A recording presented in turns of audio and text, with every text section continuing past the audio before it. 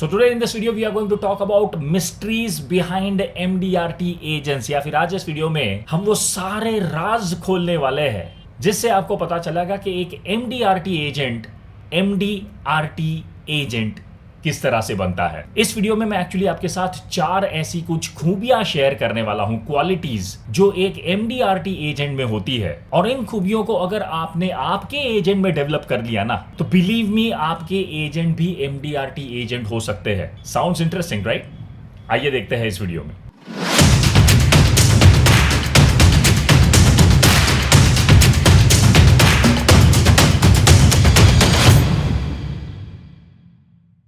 हाय, मेरा नाम है रवि और अगर आप पहली बार आए हो इस चैनल पे तो आपको बता दूं कि agentsrecruitment.com इस चैनल पे हम ऐसी ही कई सारी मास रिक्रूटमेंट एक्टिविटीज के बारे में बात करते हैं जिससे ज्यादा और बेहतर एजेंट्स रिक्रूट हो। और अगर आपने अभी तक इस चैनल को सब्सक्राइब नहीं किया है तो प्लीज सब्सक्राइब कीजिए, क्योंकि एजेंट्स को रिक्रूट करने के ऐसे कई सारे यूनिक और प्रोडक्टिव तरीकों के बारे में हम बात करते हैं इस चैनल पे। तो हम बात कर रहे थे उन राज के बारे में, उन मिस्ट्रीज के बारे में कि एक MDRT एजेंट को क्यों इतना ज्यादा मोटिवेट कर देती है जो MDRT अचीव कर लेता है। तो जैसा कि मैंने कहा आपको कि मैं आपके साथ 4 ऐसी क्वालिटीज या 4 ऐसी खूबियां शेयर करने वाला हूं जो इंश्योरेंस इंडस्ट्री में बहुत ही ज्यादा इंपॉर्टेंट है। तो उसमें क्वालिटी नंबर 1 है प्रॉपर प्लानिंग। जी हाँ, जितने भी MDRT एजेंट्स को मैं मिला हूं ना, सब में ये खूबी मैंने काफी ज्यादा देखी हुई है कि वो लोग बहुत ही अच्छी तरह से प्लानिंग करते हैं। जी हाँ, और उनके दिमाग में वो क्यों काम कर रहे हैं इस इंडस्ट्री में, ये सवाल एकदम क्लियर होता है। इस सवाल का जवाब जो होता है वो एकदम क्लियर होता है। उनका फोकस क्लियर होता है, बॉस अपने को इतना बिजनेस करने का है एट द ईयर एंड, और अगर मैं इतना बिजनेस करूंगा तो इतना पैसा मैं कमाऊंगा। तो ये जो क्लैरिटी है ना, ये बहुत ही अच्छी होती है उनके दिमाग में।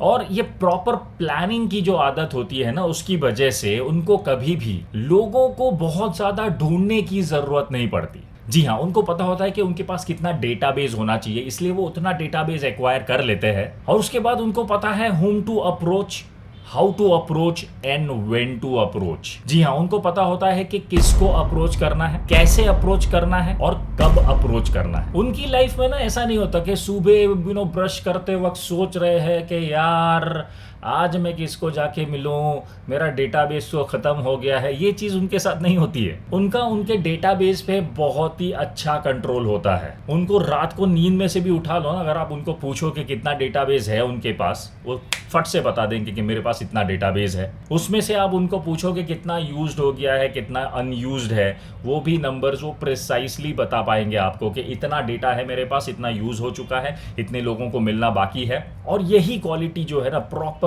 प्लानिंग, यही क्वालिटी उनको सक्सेसफुल बनाती है। और उसके बाद उनको ये भी पता होता है कि उनके क्लाइंट्स को कन्विंस करने के लिए उनके पास क्या इंफॉर्मेशन होनी चाहिए। जी हाँ, आधे से ज्यादा लोगों को मैंने कॉल पे जाते हुए देखा है, क्लूलेस होते हैं कि मैं क्या बात करूंगा, प्रोफाइल किस टाइप की है, उसकी नीड्स क्या हो सकती है, एब्सोल्युटली क्लूलेस।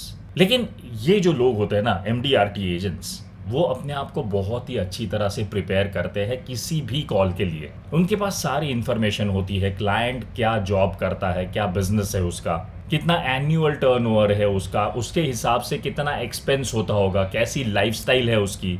ये सारी चीजें ना, ये सारा इंफॉर्मेशन बहुत ज्यादा जरूरी होता है एक केस को क्लोज करने के लिए। सिर्फ आपका प्रोडक्ट नॉलेज ही काम आएगा ऐसा नहीं है। इनफैक्ट ये इंफॉर्मेशन बहुत ज़्यादा ज़रूरी होती है। और बिलीव मी, ये जो MDRT एजेंट्स होते हैं ना, इन सारी इंफॉर्मेशन को इकट्ठा करने में बहुत ही अच्छा टाइम इन्वेस्ट करते हैं। और उसके बाद दूसरी खूबी जो उनमें होती है वो है फोकस।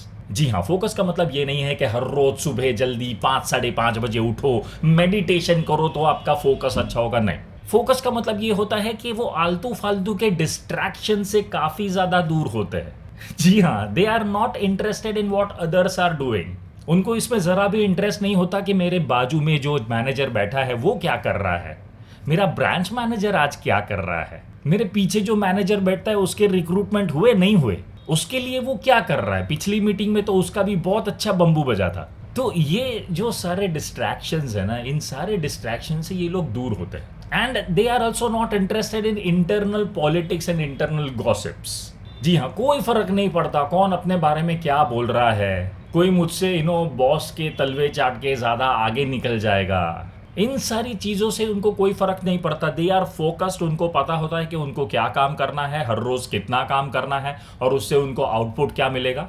बस इतनी चीज़ें उनके लिए बहुत होती है। इतनी चीज़ें पता चल गई, वो अपने काम पे शुरू हो जाते हैं, क्योंकि उन्होंने अपने सक्सेस को अचीव करने के लिए जो पाथ है ना, जो रास्ता है ना, उसको बहुत ही अच्छी तरह से कैलकुलेट कर लिया होता है और इस वजह से उनका जो फोकस होता है वो अमेजिंग होता है। और उसके बाद तीसरी जो क्वालिटी उनमें होती है और वो ये है कि वो लकी होते हैं कि उनको सपोर्ट बहुत ज़्यादा अच्छा मिलता है अपने मैनेजर के पास से। इसको खूबी नहीं बोल सकते, क्वालिटी नहीं बोल सकते, लेकिन हाँ, ये तीसरी चीज़ उनमें होती है, उनको मिलती है कि उनके मैनेजर्स जो होते हैं ना, वो उनको बहुत अच्छी तरह से सपोर्ट करते हैं। यानी शुरुआत के दिनों में जब वो नए नए इंडस्ट्री में आते हैं, उनको पता नहीं होता कॉल किस तरह से करना है, कैसे ओपन करना है, बॉडी क्या होता है कॉल का, कॉल कैसे क्लोज करना है, चेक उठाना है तो किस तरह से उठाना है, प्रोडक्ट नॉलेज क्या होता है, नीड एनालिसिस प्रोसेस किसे कहते हैं, उसमें क्या क्या चीजें होती है, किस तरह से प्रॉपर प्रोडक्ट जो अपने कस्टमर्स होते हैं उनको पिच किया जाता है, उस एजेंट में खुद में क्या कमियां हैं, कौन सी स्किल्स की कमियां हैं, ये सारी चीजें जानने में और उनको इम्प्रूव करने में मैनेजर्स जो है उनको बहुत अच्छी तरह से सपोर्ट करते हैं। इसलिए एमडीआरटी एजेंट को जब भी कोई देखता है तो उनको जो आइसबर्ग का टॉप होता है ना, बस वही उनको नजर आता है। उसके नीचे कितना ज्यादा प्रिपरेशन है, मेहनत है, कितने लोगों का सपोर्ट है, वो ज्यादातर लोगों को नजर नहीं आता। सिर्फ यही नजर आता है कि यार वाह, इस बंदे ने एमडीआरटी अचीव कर लिया। सो मैनेजर और एक एजेंट का रिलेशनशिप, वो किस तरह से अपने एजेंट को हेल्प करता है, किस तरह से एजेंट अपने मैनेजर की हेल्प ले रहा है, कैसे वो अपने आप को इम्प्रूव करने में, अपने आप को डेवलप करने में मैनेजर का सपोर्ट ले रहा है, ये सारी चीज़ें ना बहुत ज़्यादा इंपॉर्टेंट होती है एक एमडीआरटी एजेंट को उस मकाम पे लेके आने के लिए।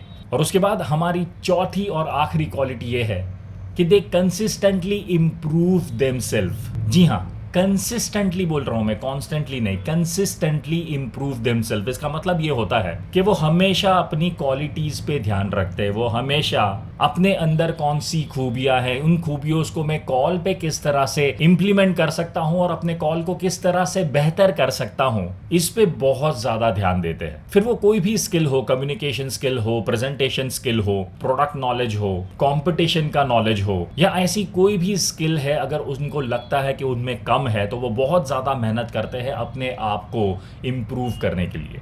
उसके साथ साथ उनके मैनेजर्स जो है वो भी उनकी वीकनेसेस पे काम करते हैं। जी हाँ, मान लीजिए अगर किसी एजेंट को स्टेज फियर है, वो प्रेजेंटेशन अच्छी तरह से नहीं दे सकता, तो मैनेजर्स उसको ऐसी छोटी छोटी अपॉर्चुनिटीज दिलाता है जहां पर वो प्रेजेंटेशंस दे पाए, अपनी प्रेजेंटेशन स्किल्स को इम्प्रूव कर पाए। यानी फॉर एग्जांपल्स, अपनी जो टीम मीटिंग्स होती है ना, टीम मीटिंग में ही उस एजेंट को खड़ा करता है, उस एजेंट को बोलता है कि भाई आप प्रेजेंटेशन दीजिए, आप बताइए कि आपने किस तरह से कॉल किया। तो ये जो पब्लिक स्पीकिंग उसका शुरू होता है ना, टीम मीटिंग्स में, छोटी मोटी ऑफिस की मीटिंग्स में, इससे इसका स्टेज फियर चला जाता है और वो काफी अच्छा प्रेजेंटेशन देना शुरू कर देता है। तो इस तरह से मैनेजर का इन्वॉल्वमेंट भी बहुत ज्यादा होता है अपने एजेंट को इम्प्रूव करने में, अपने एजेंट को डेवलप करने में। तो ये थी कुछ 4 क्वालिटीज जो एमडीआरटी एजेंट को उस मकाम पे लेके जाती है या फिर एक एमडीआरटी एजेंट बनाती है। तो आई एम श्योर ये वीडियो आपको बहुत ज्यादा अच्छा लगा होगा। इस वीडियो से अगर आपको कुछ भी सीखने को मिला है ना, तो प्लीज इस वीडियो को लाइक जरूर कीजिएगा और इसको शेयर करना भी बनता है बॉस,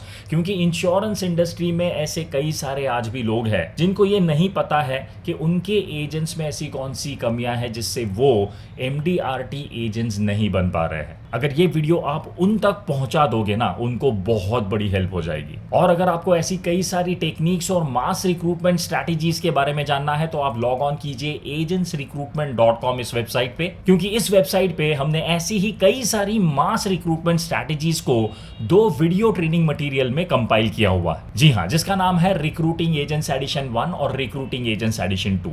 ये दोनों एक वीडियो सीरीज है। इसमें कई सारे ऐसे वीडियोस हैं जिनको देखने के बाद, जिनको सुनने के बाद आपको मास रिक्रूटमेंट एक्टिविटीज को किस तरह से आपके लोकल एरिया में इंप्लीमेंट करना है वो बहुत अच्छी तरह से सीख जाओगे। और अपनी टीम में बल्क में एजेंट्स को रिक्रूट करना भी सीख जाओगे। इन दोनों वीडियो ट्रेनिंग मटेरियल में जितनी भी मास रिक्रूटमेंट एक्टिविटीज है, उन सारी मास रिक्रूटमेंट एक्टिविटीज का अगर आपको एक साथ एक्सेस चाहिए तो हमने एक बंडल पैक क्रिएट किया हुआ है। इस बंडल पैक का एक्सेस लेते ही आपको रिक्रूटिंग एजेंट्स एडिशन 1 और रिक्रूटिंग एजेंट्स एडिशन 2 इन दोनों वीडियो सीरीज में जितनी भी मास रिक्रूटमेंट एक्टिविटीज है, उन सारी वीडियोस का एक साथ एक्सेस मिल जाएगा। इन मास रिक्रूटमेंट एक्टिविटीज का या तो फिर इस बंडल पैक का एक्सेस लेने का लिंक मैंने नीचे डिस्क्रिप्शन में दे दिया है। So question of the day, आपको क्या लगता है कि ऐसी कौन सी क्वालिटी है एक MDRT एजेंट में जो उसको इस मकाम पे लेके आती है? उसके बारे में मुझे नीचे प्लीज कमेंट्स में लिख के बताइएगा। और अगर आपने अभी तक इस चैनल को सब्सक्राइब नहीं किया है तो प्लीज सब्सक्राइब कीजिए, क्योंकि एजेंट्स को रिक्रूट करने के ऐसे कई सारे यूनिक और प्रोडक्टिव तरीकों के बारे में हम बात करते हैं इस चैनल पे। तो मिलते हैं अगले वीडियो में।